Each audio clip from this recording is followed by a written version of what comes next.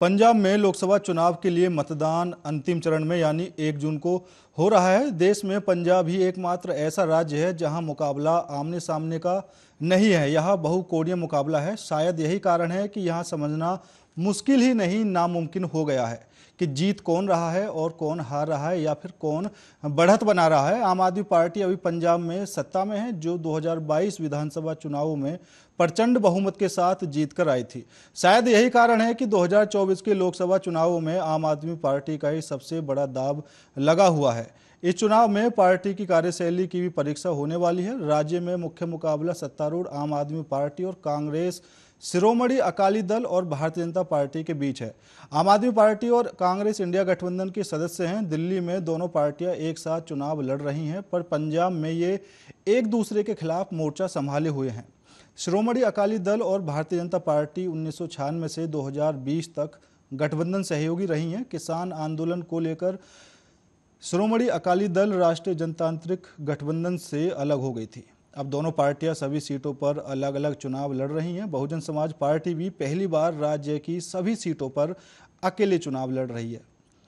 वहीं सिख कट्टरपंथी सिमरनजीत सिंह मान के नेतृत्व वाले शिरोमणि अकाली दल ने भी अपने उम्मीदवार मैदान में उतारे हैं। इसके अलावा अमृतपाल जैसे कट्टरपंथी निर्दलीय भी मैदान में किस्मत आजमा रहे हैं। मतलब साफ है कि मुकाबला आसान नहीं है।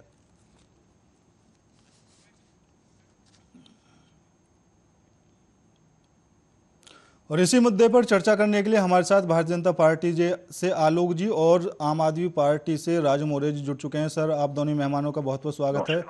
सबसे पहले आलोक जी, आपके पास आना चाहूँगा, क्योंकि पंजाब में फिलहाल आम आदमी पार्टी की सरकार है और वहाँ पर पहले शिरोमणि अकाली दल के साथ आपका गठबंधन हुआ करता था, जो 1996 से 2020 तक चला। किसान आंदोलन के दौरान शिरोमणि अकाली दल अपने आप को अलग कर लिया। अब की बार अकेले चुनाव आप वहां पर लड़ रहे हैं, तो कितना आसान आप पंजाब में यह मुकाबला मानते हैं?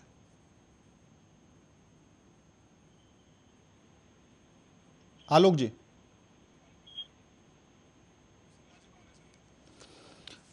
राजू मौर्य जी, मैं आपके पास आना चाहूंगा। शायद आलोक जी तक हमारी आवाज नहीं पहुंच पा रही है। विधानसभा चुनाव में प्रचंड जीत के साथ आपने वहां पर सरकार बनाई थी।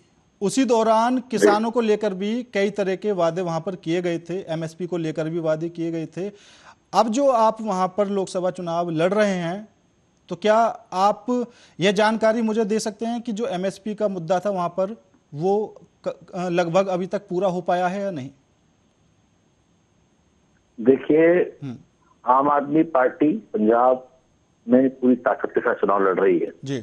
और जो स्टेट लेवल पर या राज्य सरकार के हाथों में जितनी चीजें हैं जी, उन सबको चरणबद्ध तरीके से पूरा करने का काम भगवंत मान सरकार वहां पर कर रही है जी। अगर आप देखेंगे तो मात्र इन 2 वर्षों में जी, वहां पर आम आदमी को बिजली फ्री मिलने लगी जी, वहां पर स्कूलों के अंदर बड़ा सुधार आया जी, वहां पर बड़ी संख्या में मोहल्ला क्लिनिक्स खुल गए जी, और किसान को जो एमएसपी जी, क्योंकि केंद्र सरकार ने से मांग लंबे समय से चल रही है किसानों की, जी, उसको लेकर के राज्य स्तर पर तो हम हर तरीके से बात करने को तैयार है, हर तरीके से सहूलियत देने को तैयार है, लेकिन केंद्र सरकार पहल करने को तैयार नहीं है। जी।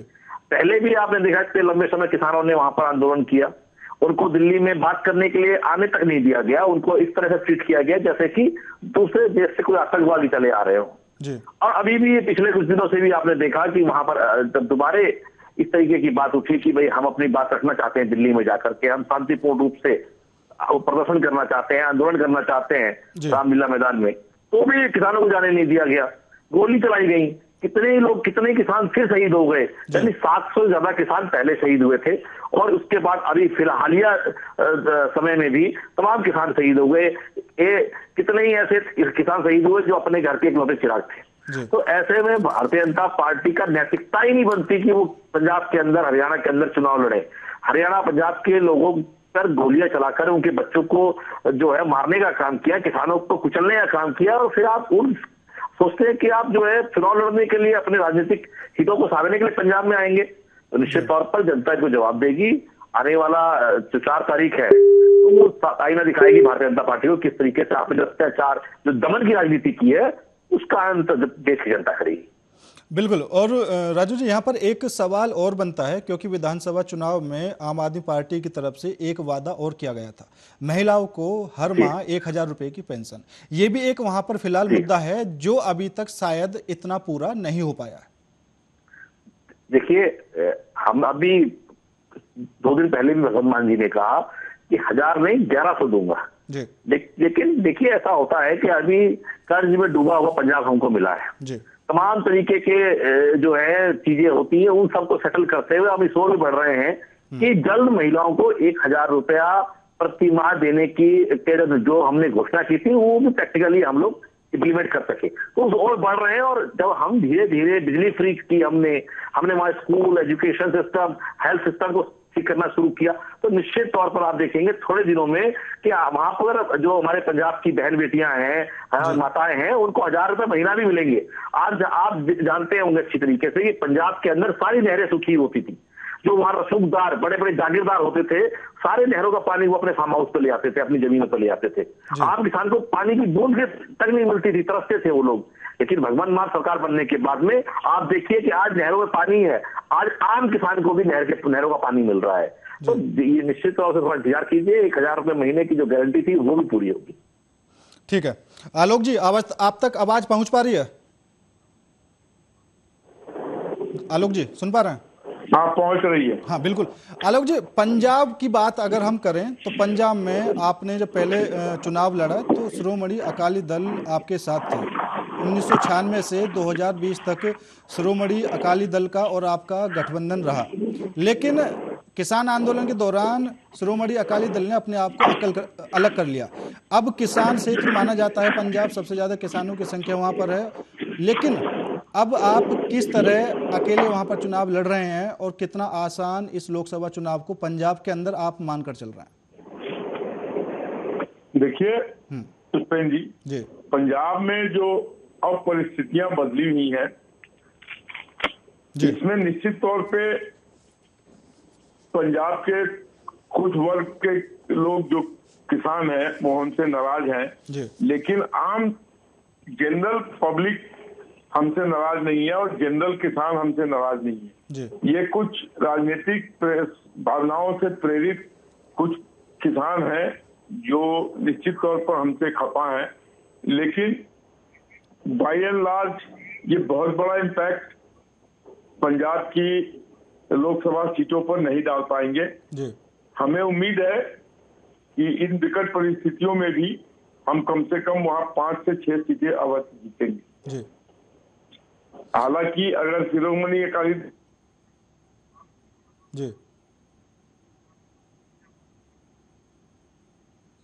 उसमें जो अभी की स्थिति में हम 5-6 सीट नरेंद्र मोदी जी के नाम पर उनके कल्याणकारी कार्यों से जो राहत लोगों को मिल रही है या मिली है, उस पर जरूर 5-6 सीट तक तो हम जरूर जीत सकते हैं, ऐसी संभावना वहां बनी हुई है। ठीक है। राजू मौर्य जी, आपका दिल्ली के अंदर भी कांग्रेस के साथ गठबंधन है, ठीक है, और हरियाणा में भी एक सीट पर आप वहां से चुनाव लड़ रहे हैं, लेकिन ऐसी क्या वजह रही पंजाब के अंदर आप दोनों ही अलग अलग इलेक्शन लड़ रहे हैं, लेकिन इंडिया गठबंधन के दोनों ही पार्ट हैं? तो लगता नहीं है कि अगर अलग अलग चुनाव लड़ेंगे तो आपस में ही नुकसान होगा? देखिए, जहां तक कि पंजाब का सवाल उठता है जी, तो वहां पर भी प्रयास यही किए गए थे कि संयुक्त रूप से चुनाव लड़े, लेकिन वहां पर कांग्रेस के तमाम नेता जो पहले से लंबे, क्योंकि हमारी तो पार्टी ये भी 10 वर्ष पुरानी है, तो लंबे समय से कांग्रेस के अंदर जो कद्दावर नेता तमाम हैं वो ये चाहते थे कि हम अलग से चुनाव लड़े। हालांकि हमने कहा था कि हम अगर आप चाहें तो हम साथ लड़ सकते हैं। लड़ाई विषय ये नहीं है कि हम भी लड़ रहे हैं या कांग्रेस भी लड़ रही है। विषय ये है कि हम मिलकर के इस तानाशाह सरकार के खिलाफ लड़ रहे हैं। हम लड़ाई लड़ रहे हैं लोकतंत्र बचाने की। हम भारतीय जनता पार्टी को के खिलाफ लड़ रहे हैं, ना कि कांग्रेस हमसे लड़ रही है या हम कांग्रेस से लड़ रहे हैं। और जैसा कि मेरे भाई ने कहा, बड़े भाई साहब ने कहा कि कुछ किसानों को छोड़ करके या किसानों की परिभाषा थोड़ी सी अलग कर दी। मैं बताना चाहता हूं कि पंजाब का एक एक घर, एक एक किसान इस किसान आंदोलन में सड़कों पर मौजूद था। आप लाखों की संख्या में, यानी आपने कवरेज किया होगा, आपके चैनलों ने, तमाम राष्ट्रीय चैनलों ने कवरेज किया, लाखों किसान बॉर्डर पर बैठे थे दिल्ली के। ऐसा नहीं था कि वो कोई चंद लोग बैठे हुए थे, कोई मुट्ठी भर लोग बैठे हुए थे, लाखों की संख्या में, हजारों की संख्या में। और वो किसान नाराज हैं। वो नाराज इसलिए है कि उनको इस देश के अंदर उनके साथ दोहरा व्यवहार किया गया। उनके साथ उनकी बात सुनने वाला कोई नहीं है। सरकार का फर्ज बनता था कि सरकार जाए, उनसे बात करे, उनकी समस्या का समाधान निकाले। देखिए, हिंदुस्तान यहाँ के किसानों पर जिंदा है। हम सबका पेट भरता है, हम सबको अनाज पहुंचाता है, तो वो हमारे देश का किसान है। और इस देश के किसानों को ही अगर उनके हक से महरूम रखा गया तो ये तो अपने आप में थोड़ा अन्याय कोई नहीं हो सकता। मैं तो हैरानी मानता हूं, कई बार भारतीय जनता पार्टी के कई नेताओं ने तो ऐसे ऐसे कमेंट्स किए कि ये किसान ही नहीं है, ये तो एसी में रहते हैं, ये तो बड़ी बड़ी गाड़ियों में चलते हैं। हमें तो खुश होना चाहिए, फक्र होना चाहिए कि पंजाब का किसान, हरियाणा का किसान, वो किसान संपन्न है। वो मेहनत करता है, खेती करता है और अपनी खेती के दम पर एसी में भी रहता है, बड़ी बड़ी गाड़ियों में भी चलता है, लेकिन इसके बावजूद हमारे लिए अन्न पैदा करता है। ये हमारे लिए गर्व का विषय भी है। वो प्रॉपर्टी डीलिंग नहीं कर रहा अपनी जमीनों को बेच करके, वो जमीनों को बेच करके प्रॉपर्टी डीलिंग करके वहां पे बिल्डिंगें नहीं खड़ी कर रहा है। वो आज भी अन्न पैदा कर रहा है ताकि हिंदुस्तान के हर परिवार का, हर घर का पेट जो है पल सके। तो हमें तो इस बात का गर्व होना चाहिए। लेकिन भारतीय जनता पार्टी के लोग न जाने किस मानसिकता की राजनीति करते हैं कि वो किसान में भेद करते हैं, किसान की मांग में भेद करते हैं, और वो चाहते हैं कि किसान हमेशा दबा कुचला आत्महत्या करने वाला ही रहे। उत्तर प्रदेश के अंदर इनकी सरकार है, उत्तर प्रदेश के अंदर, मध्य प्रदेश के अंदर किसान आज भी आत्महत्या करता है, कर्ज वाले दबा हुआ है। 50-50 हजार रुपए के लिए आत्महत्या करनी पड़ती है किसान को। वो कर्ज 4-4, 5-5 साल तक 50,000 रुपए का कर्ज नहीं चुका पा रहा है किसान। तो ये अपने आप में चिंता का विषय है। देश में किसी की भी सरकार हो, अगर कृषि नीति और किसानों के बारे में नहीं सोचा गया तो देश का विकास कभी भी संभव नहीं है। बिल्कुल। आलोक जी, यहाँ पर जो समीकरण लगाए जा रहे हैं वो ये हैं कि अभी फिलहाल मौजूदा की स्थिति में अगर हम बात करें तो कुछ किसान संगठन वहाँ पर आम आदमी पार्टी से भी नाराज हैं। और अभी राजू मौर्या जी ने बताया कि हमें पंजाब अब की बार मिला है, पहले से थोड़ा कर्ज में था, तो इस वजह से भी थोड़ी दिक्कतें हो सकती हैं। भारतीय जनता पार्टी से केंद्र में किसान नाराज हैं। अब वहां पर कांग्रेस यह समझ के बैठी है कि कुछ फायदा हमें हो जाएगा, इसलिए एक कारण यह भी हो सकता है कि वो अपने आप को अलग करके वहां पर चुनाव लड़ रही है।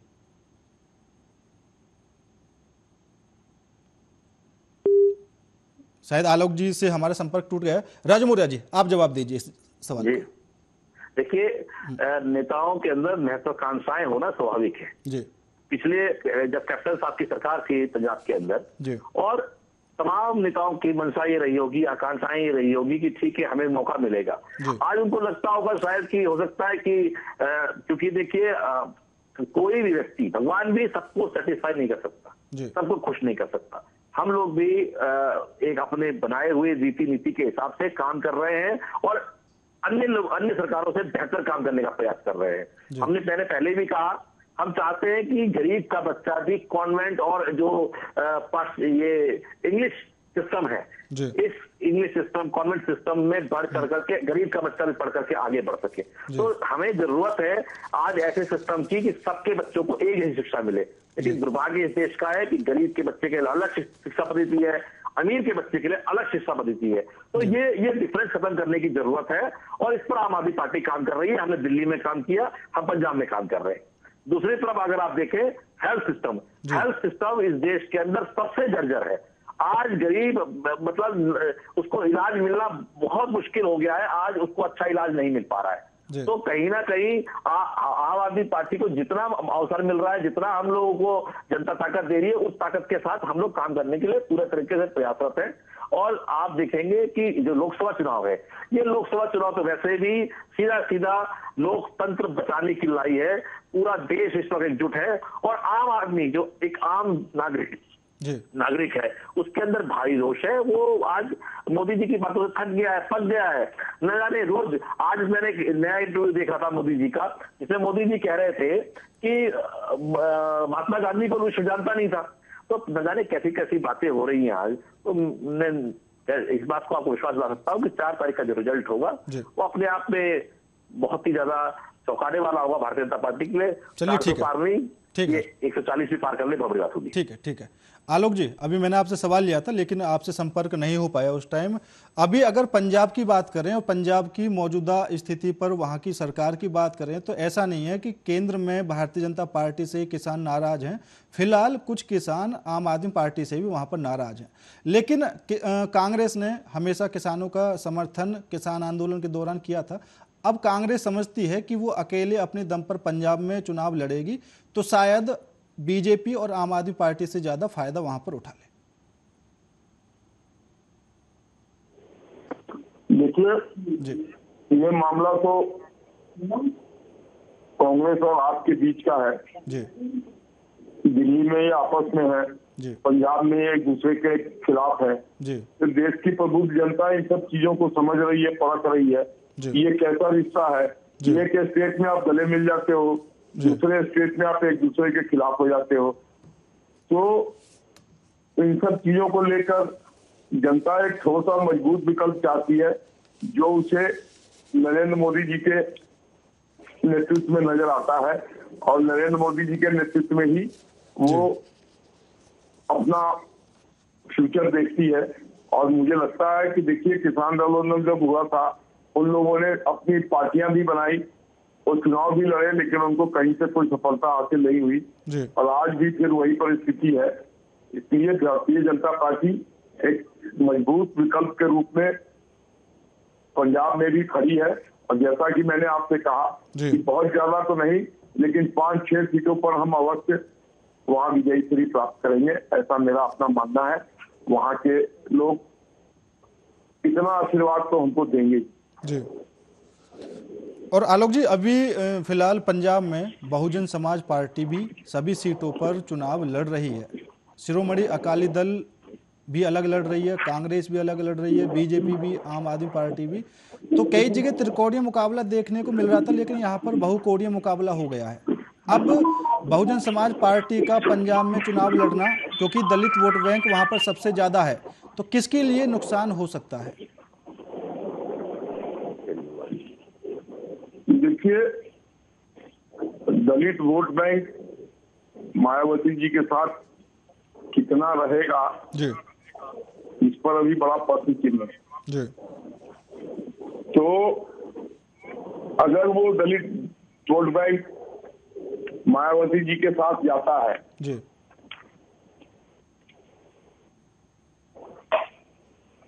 तो कांग्रेस और बीजेपी दोनों को उससे हानि हो, अकेले एक पार्टी को नहीं जी।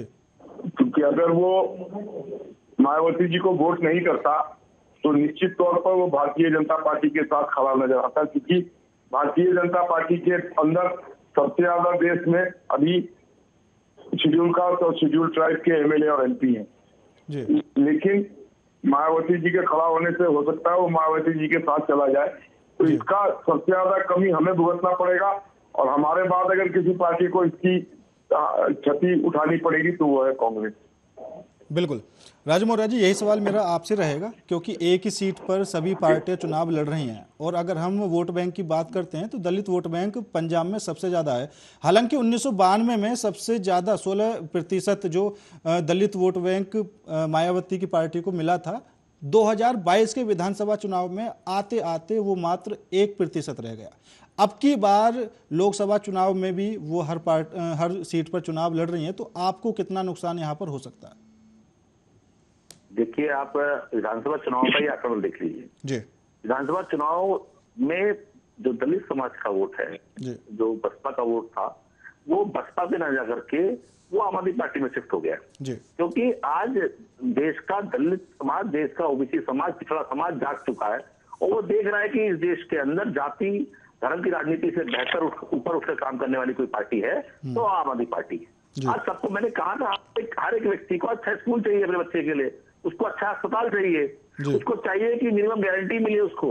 अगर उसके यहाँ जीवन यापन करने में तकलीफ है, अगर उसको पालन पोषण नहीं कर पा रहा है अपने परिवार का, तो उसको सपोर्ट चाहिए गवर्नमेंट का और वो सपोर्ट देती है आम आदमी पार्टी। हम ये नहीं देखते कि किस समाज का, किस धर्म का व्यक्ति है। तो अगर वो व्यक्ति डिजर्व करता है तो उसको 300 यूनिट बिजली फ्री मिलती है और 300 यूनिट बिजली वहां पर एक महीने में, यानी कि 2 महीने बिल आता है तो 600 यूनिट बिजली पंजाब के अंदर एक परिवार को फ्री मिलती है। उससे उसके घर को चलाने में जो उसको राहत मिलती है, वो आप समझ सकते हैं कि अगर आप और हमको भी अगर थोड़ी सी राहत मिले तो हम लोग भी कहेंगे भाई हाँ, गवर्नमेंट हमको कुछ दे रही है। तो इतने सालों से सिर्फ जनता से लेने की राजनीति हुई है। आम आदमी पार्टी ने इसकी पार्टी शुरू की कि आज अन्य दल भी, भारतीय जनता पार्टी, कांग्रेस हो या कोई भी दल हो, आज वो भी कह रहा है कि हम 200 यूनिट 300 यूनिट बिजली फ्री देंगे, हम भी आपको 1000 रुपया देंगे। लाडली बहन योजना सिंह चौहान जी ने शुरू करी वहां पर, और वहां पे बताओ बहनों को पैसे दिए। तो ये कई बार भारतीय जनता पार्टी के लोगों ने फ्री की विवड़ी भी कहा, लेकिन जब अपने आप उन्होंने इस चीजों को दिया तो खूब बखान किया। तो ये हमको करना चाहिए। आप फॉरेन को में देख लीजिए, विदेशों में देख लीजिए, चाहे वो डेवलपिंग कंट्री हो, डेवलप कंट्रीज हो, वहां पर कुछ चीजें मिलती है गवर्नमेंट से। जब हम टैक्स देते हैं, हर एक व्यक्ति टैक्स देता है, तो उसके बदले गवर्नमेंट सहूलियत देती है, उसको अच्छा इलाज देती है, उनको अच्छे एजुकेशन सिस्टम देती है, उनको जो है बेरोजगारी भत्ता देती है, पेंशन देती है। तो अगर हम लोग भी, हिंदुस्तान से दुनिया उम्मीद रखती है, अगर हिंदुस्तान के लोगों को भी कुछ मिल जाएगा सरकार से तो कोई गलत नहीं है। हजारों करोड़ रुपया जो है करप्शन की भेंट चढ़ जाता है। अगर उसमें से उस करप्शन में चढ़ने वाली भेंट से बेहतर है कि जनता को कुछ मिल जाए, जनता को थोड़ी राहत मिल जाए। और मैं उम्मीद करता हूं कि आने वाले समय में चाहे हमें देख करके दूसरे दल करें या हमें मौका मिलेगा और हम करेंगे, इस देश की जनता को मिलना तय है। इस देश की जनता को भी वो सब सुविधाएं मिलेंगी जो एक वीआईपी को मिलती है। चलिए ठीक है सर, 2019 के लोकसभा चुनाव की अगर हम बात करते हैं, आम आदमी पार्टी को 7% वोट वहां पर मिला था, 1 लोकसभा सीट ही वो जीत पाए थे। अब की बार सबसे बड़ी साख आम आदमी पार्टी की ही दांव पर लगी है। अब की बार कितनी सीटों पर आपका अनुमान कहता है कि आम आदमी पार्टी निकाल लेगी? देखिए, अभी तो 13-0 की लड़ाई चल रही है जी। भगवंत मान जी ने, केजरीवाल जी ने कहा है कि हम 13 की 13 सीटें पंजाब में जीत रहे हैं जी। आज स्थितियों में और 19 की स्थिति में बहुत परिवर्तन है, बहुत बदलाव हो गया है।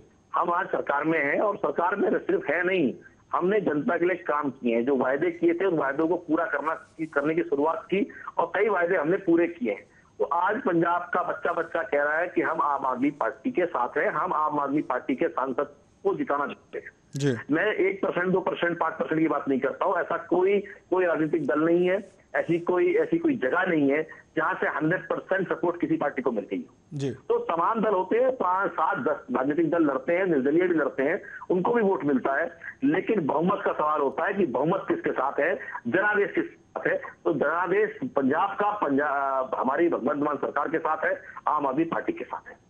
ठीक है आलोक जी, 2019 में 9% वोट बीजेपी को वहां पर मिला था और 2 सीटें जीतने में कामयाब रही। उस टाइम पे शिरोमणि अकाली दल के साथ बीजेपी का गठबंधन भी था, लेकिन अब की बार 400 पार का नारा भारतीय जनता पार्टी की तरफ से दिया भी जा रहा है। तो क्या समझे, वहां पर अब की बार सीटें बढ़ेंगी आपकी? मैंने आपसे कहा ना जी कि इन विकट परिस्थितियों में भी हम कम से कम 5 से 6 सीट वहां जीतने जा रहे हैं जी। वहां का जो आम जो किसान है वो हमारे साथ है।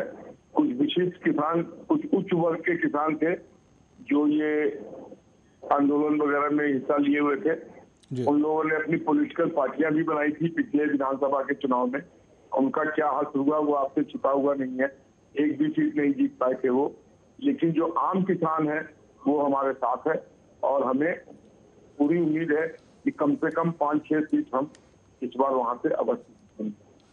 चलिए सर, मैं फिलहाल आप दोनों ही मेहमानों का यहाँ पर धन्यवाद करना चाहूँगा, आप हमारे साथ इस चर्चा में जुड़े। तो पंजाब की स्थिति पर बात चल रही थी लोकसभा चुनावों को लेकर, क्योंकि हर जगह त्रिकोणीय मुकाबला बनता हुआ दिखाई दे रहा है। लेकिन पंजाब एक ऐसा राज्य है जहाँ पर शिरोमणि अकाली दल अलग चुनाव लड़ रही है, कांग्रेस अलग, आम आदमी पार्टी अलग, भारतीय जनता पार्टी अलग, और अब की बार सभी सीटों पर बहुजन समाज पार्टी भी अपने प्रत्याशी उतार रही है। तो ये एक बहुकोणीय मुकाबला हो चुका है और अभी तक यहां पर बिल्कुल भी अनुमान नहीं लगाया जा सकता कि कौन पार्टी वहां पर नुकसान में रहेगी और किस पार्टी को वहां पर फायदा हो सकता है। फिलहाल मेरे साथ इस खास पेशकश में इतना ही। बाकी देश और दुनिया की तमाम खबरों के लिए देखते रहिए आर्यन न्यूज।